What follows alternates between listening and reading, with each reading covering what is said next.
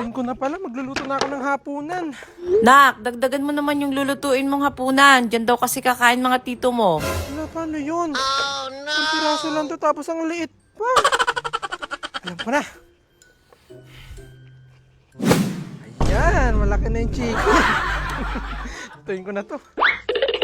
At dahil higanti na nga tong manok nga natin, kaya makasigurado nga ako na makakapaghapunan ngayong 10 kong tito dito sa amin. Kaya naman dali-dali ko na nga pinaghahati nga tong giant chicken nga natin sa iba't ibang hati kasi gagawa nga tayo ng iba't ibang mga putahe. At talaga sobrang ako natutuwa sa higanti nga na manok nga na to kasi yung hita pa nga lang pwede na maging ulam ng 2 tao. At maya-maya nga lang din na paghati-hati ko na nga sila para nga doon sa mga lulutuin nga natin, kaya dali-dali ko na nga sila nilagay dito sa tray. At 3 putahe ngayon magiging hapunan nga namin ngayon, kaya agad-agad ko na nga inumpisahan at nagpunta na nga ako dito sa aking giant kawa. At ang unang lulutuin nga natin na putahe ay adobo sa gata, kaya dali-dali na ako nagisa dito ng bawang, sibuyas, tapos nilagay ko na nga itong ating mga manok. Sinunod ko na nga rin ilagay pa yung iba pang mga pampalasa natin, tapos ginisa-gisa ko nga lang siya ng saglit, tapos ilalagay na nga natin tong gata. At pagkabuhos ko nga lahat nga ng gata dito sa ating niluluto ay agad-agad ko na nga itong tinakpan, tapos pinakuluan ko nga lang sila dito ng sobra hanggat lumambot. At pagkatapos nga rin ito naman pangalawang putahe naman yung iniskaso ko kasi imamarinate nga natin to kasi gagawin nga natin tong ham. At dahil kailangan nga na matagal nga na i-marinate yun, kaya umpisahan ko na nga lutuin nga itong pangatlong nga nating putahe. Ito ang pangatlong nga nating lulutuin ay talaga sobrang favorite na favorite ko nga itong spicy chicken. Kailangan nga kasi talaga na spicy itong mga niluluto ko kasi mga tito ko nga ay may hilig sa maanghang. At pagkatapos ko nga magawa nga yung sauce nga ng spicy chicken, naglagay na nga ako ng mantika dito sa akin giant kawa kasi piprito na nga natin itong mga chicken natin. Sa lahat nga talaga ng proseso ng pagluluto talagang dito sa pagpiprito ako sobrang natatakot lagi. Napakalaki nga kasi nitong kawa ko at baka tumalsik nga sa akin yung mantika pagkalagay ko. At pagkatapos ko nga maluto nga yung chicken para nga doon sa ating spicy chicken, pinrito ko na nga rin dito itong gagawin nga nating ham. At medyo nangitim-ngitim nga lang siya ng konti sa gilid na akala ko nga isunog, pero dahil nga yun sa pinagbabaran nga natin sa kanya, nilagyan ko nga lang sila ng mga slice-slice sa gitna, tapos binalik ko nga ulit dito sa aking kawa, tapos nilagay ko nga itong pinagmarinatan nga natin dito. Hintayin nga lang natin yung mag-caramelize, tapos okay na nga at talaga meron na tayo ditong ham. Hindi nga lang dyan natatapos nga itong ham nga natin kasi nilagyan ko nga rin yan ng mga pineapple sa gilid. At dahil okay na nga yung ham nga natin, kaya dali-dali ko na nga nilagay nga itong mga chicken nga natin na pinrito kasi ibubuhos ko na nga dito yung ginawa nga nating sauce. Napakaanghang nga ng sauce nga na yan na talagang sobrang sarap. At finally, okay na nga rin na try din na nga itong spicy chicken nga natin, kaya kinuha ko na nga rin itong niluto nga nating adobo sa gata. Sinamahan ko nga rin yan ng mga nilagang itlog para nga talaga mas lalong sumarap. At sa wakas nga nagkasya nga yung isang pirasong manok nga at nakagawa nga tayo ng ganito karaming ulam. At dahil hindi na nga ako nakapagpigil nga dito, kaya tinikman ko na nga itong niluto ko at itong napakalaking hita kaya agad din tinikman ko. At sigurado nga ako na kapag naubos mo nga itong isang hita nga natin, busog ka na nga agad. At dahil anong oras na nga at wala pa nga yung mga tito ko, kaya naligo nga muna nga ako dito saglit. Kinakabahan na nga ako dito kasi baka hindi nga sila dumating at masayang na yung mga niluto ko. At dahil naligo na nga rin ako, talaga sinabay ko na nga rin yung aking basic na skincare na talagang lagi kong ginagawa. Kaya nga basic kasi toner at moisturizer nga lang nilalagay ko sa mukha ko kapag nga nag-skincare ako. At pagdating nga dito sa moisturizer, talagang hindi ko tinitipid nga yung face ko kasi napakalaki nga ng tinutulong nito sa akin. Nakaka-help nga kasi siya makapag-repair at protect nga ng skin barrier nga natin. Tapos meron din nga siyang hydration na perfect sa mga dry skin. At bukod nga na napakagaan niya sa mukha at hindi malagkit, talaga nakakatulong nga rin siya makapag-smooth nga ng ating skin. At ito nga pong 5 times ceramide barrier moisture gel nga ng Skin Tipic nga po yung ginagamit ko. Talagang malapit ko na nga siyang maubos kasi araw at gabi ko to ginagamit. At natapos na nga ako dito maligo at mag-skincare, pero anong oras na nga pero hindi pa nga rin dumarating yung mga tito ko.